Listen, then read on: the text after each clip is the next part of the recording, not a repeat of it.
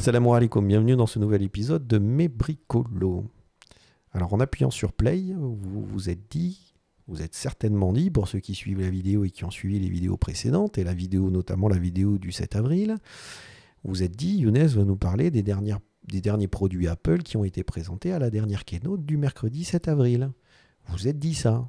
Puis après, vous avez certainement remarqué qu'il n'y a pas eu de keynote ce mercredi 7 avril. Il n'y a pas eu de keynote parce que je me suis littéralement complètement planté. Je me suis planté parce qu'en fait, j'ai lu trop rapidement et c'est le 7 juin que va avoir lieu la keynote, mais que ce sont les inscriptions pour participer à la keynote qui sont ouvertes début avril. Et moi, j'ai lu trop vite parce que je suis hyper excité à l'idée que j'allais parler dans ces émissions Mes Bricolos des derniers produits Apple et puis parce que moi, je suis toujours intéressé par ce que fait Apple. Et donc, je me suis précipité en me disant, voilà, ce vendredi, vous allez voir, on va parler des derniers produits Apple. Bah, pas du tout, il n'y a pas eu de keynote. Il n'y a pas eu de keynote du tout. Donc, on se retrouve un petit peu le bec dans l'eau, comme dirait l'autre. Mais en fait, ce qui s'est passé, c'est que quasiment simultanément, il y a eu une actualité qui m'a beaucoup intéressé et j'avais prévu, franchement, j'avais prévu de vous en parler, mais je m'étais dit, tiens, je vais en parler en parlant des nouveaux produits, en faisant ce lien, en disant, tiens, regardez, d'un côté, il y a ça, mais de l'autre côté, il y a ça. Donc, je voulais profiter de la keynote, qui n'a pas eu lieu, évidemment, pour vous parler de cette actualité. Et cette actualité, c'est la fin de vie officielle de l'HomePod.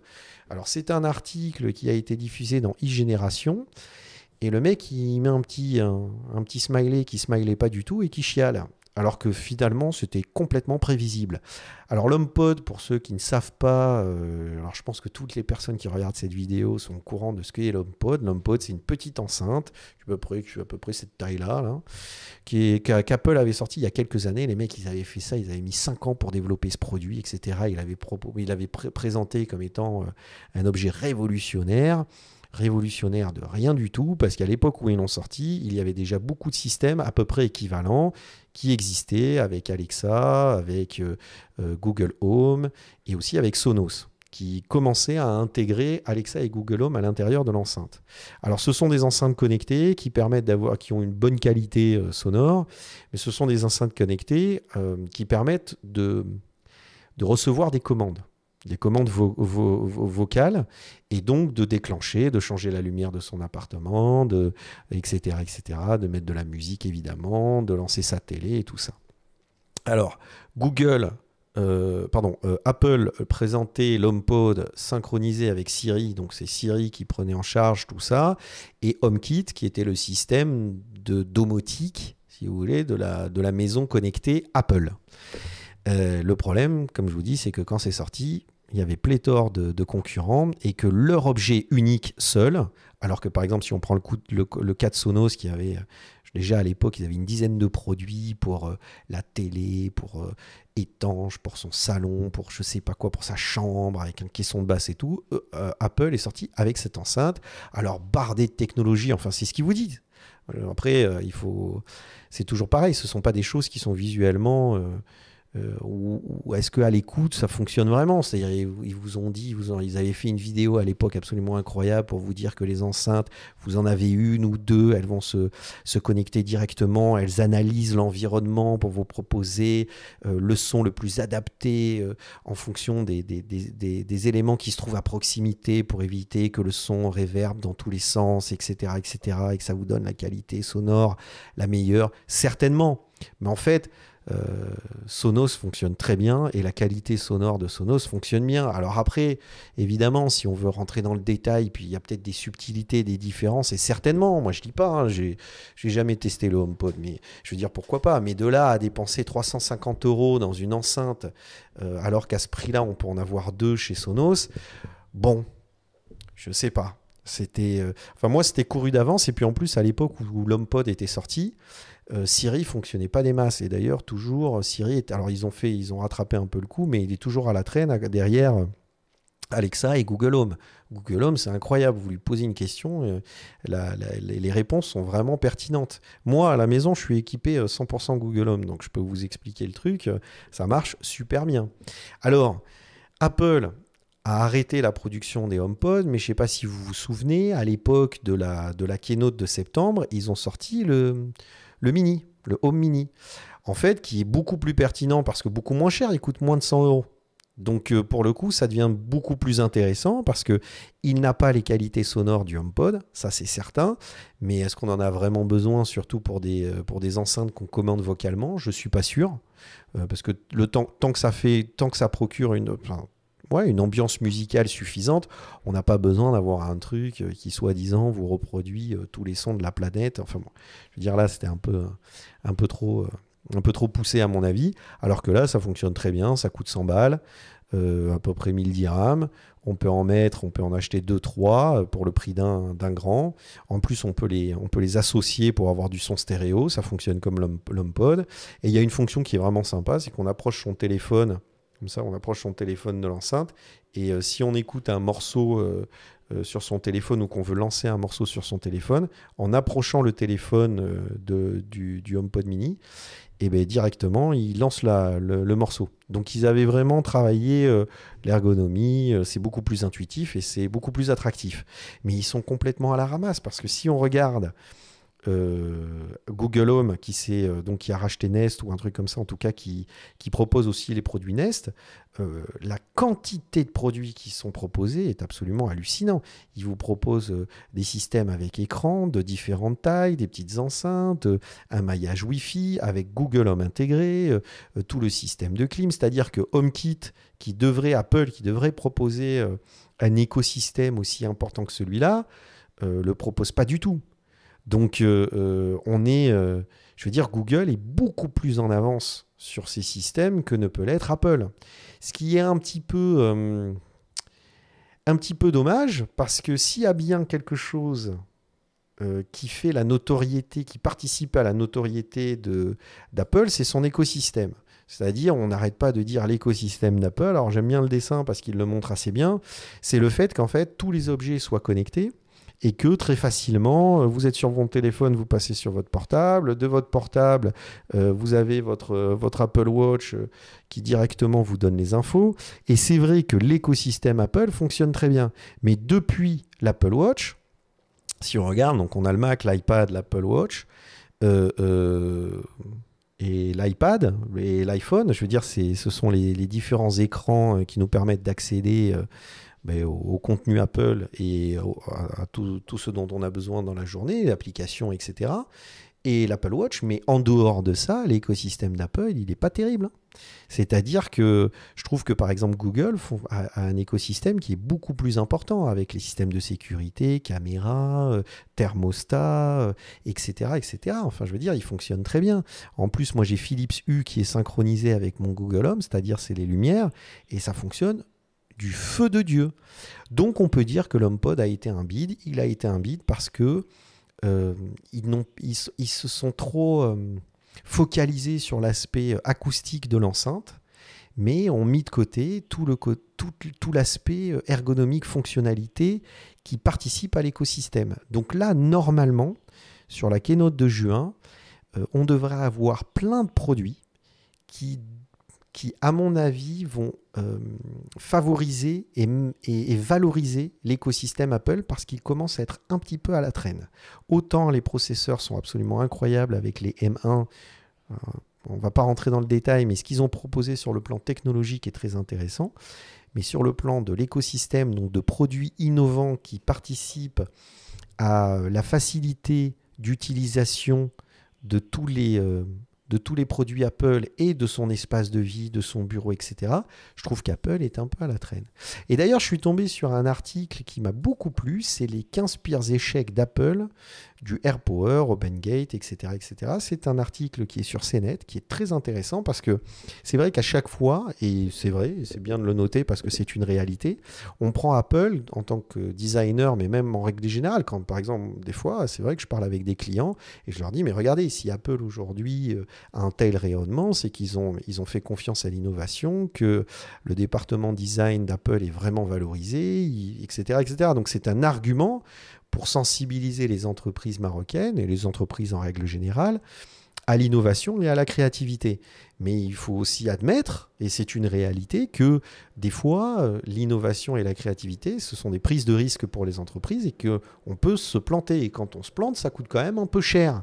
Donc c'est pour ça qu'il faut vraiment le bosser. L'innovation, c'est pas quelque chose, on arrive, on dit j'ai une idée. C'est est-ce que mon idée est viable, est-ce que je peux la réaliser, combien elle va coûter, etc., etc. Et on en parlait dans la vidéo de Dyson avec les aspirateurs parce que il est soumis à la même problématique. Et cet article est très bien fait parce qu'il me permettait de revenir un petit peu sur les échecs. Donc, à l'époque où cet article a été fait, ils n'ont pas parlé de l'HomePod, mais ils pourraient le rajouter. Mais c'est un article qui est très intéressant, je le mettrai en lien dans la description.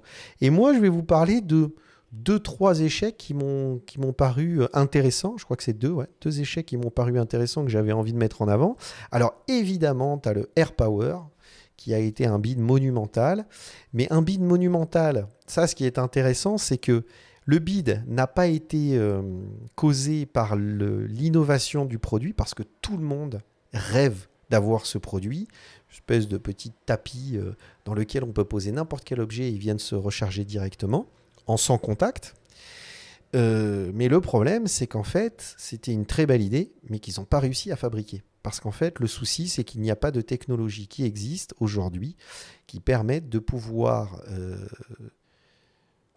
faire de la recharge par induction sur une surface aussi importante. Parce qu'en fait, ce sont des anneaux.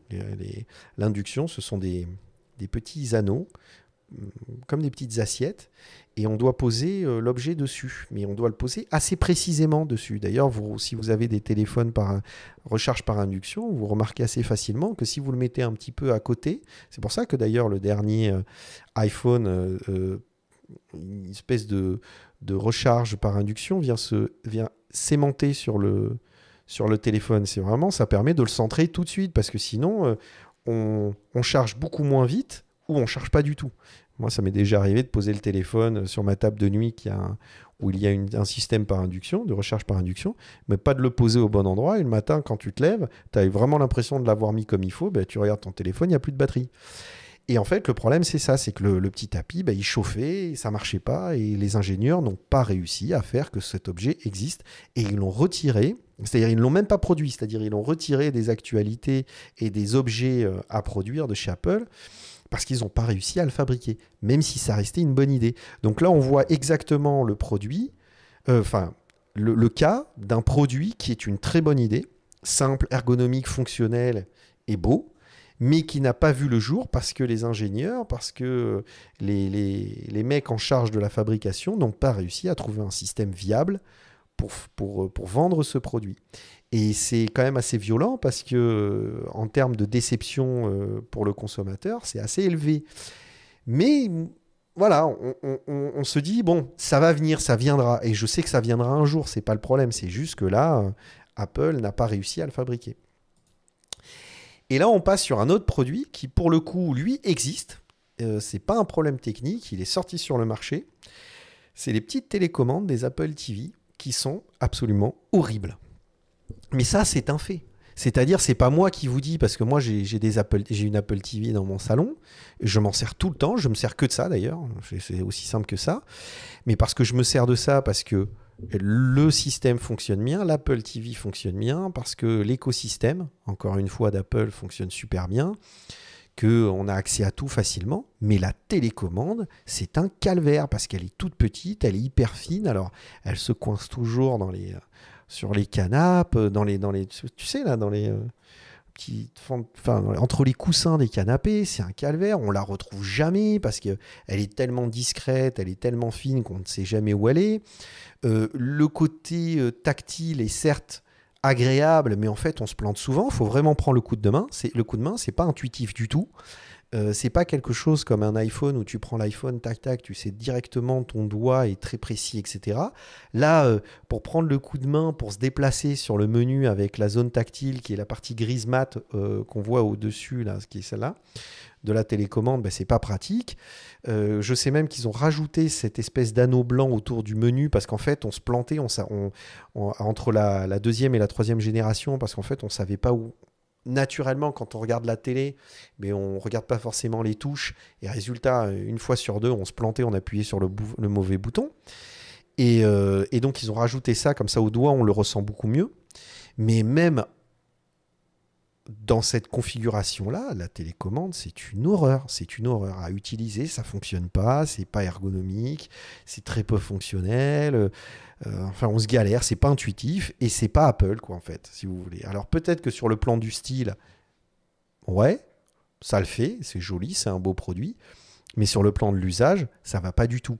Et ça va tellement pas, moi c'est ce que je m'amuse à faire en fait, parce que quand on regarde un produit, quand un produit est pas vraiment adapté, eh ben souvent, il y a plein de petits malins qui trouvent des astuces pour le rendre plus ergonomique et plus fonctionnel.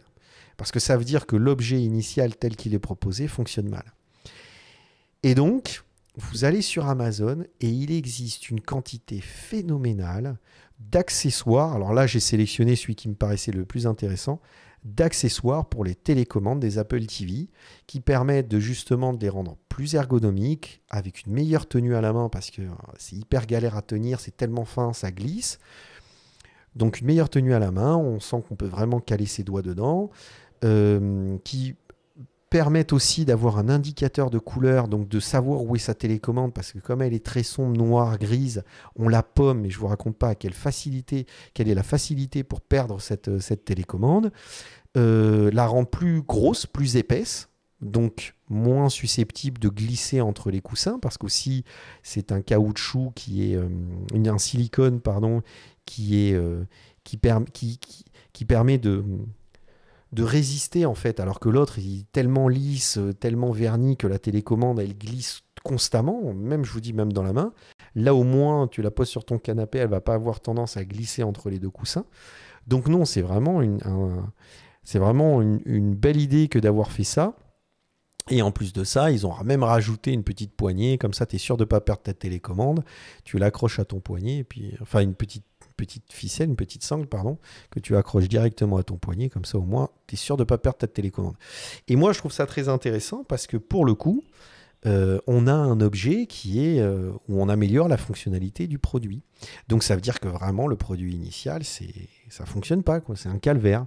Donc je trouvais ça intéressant de vous en parler parce que comme il n'y a pas eu la keynote évidemment et que je me suis littéralement complètement planté, ben là c'était intéressant de vous montrer un petit peu ce qui se faisait.